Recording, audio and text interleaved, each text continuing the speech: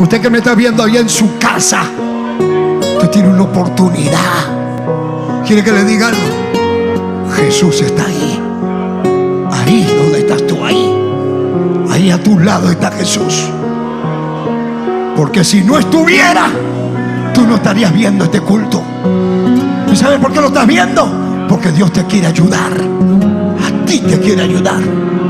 No confíes en el hombre, confía en el Dios del cielo.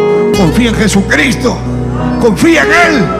Hay poder en su palabra, hay poder en la sangre de Cristo, hay poder.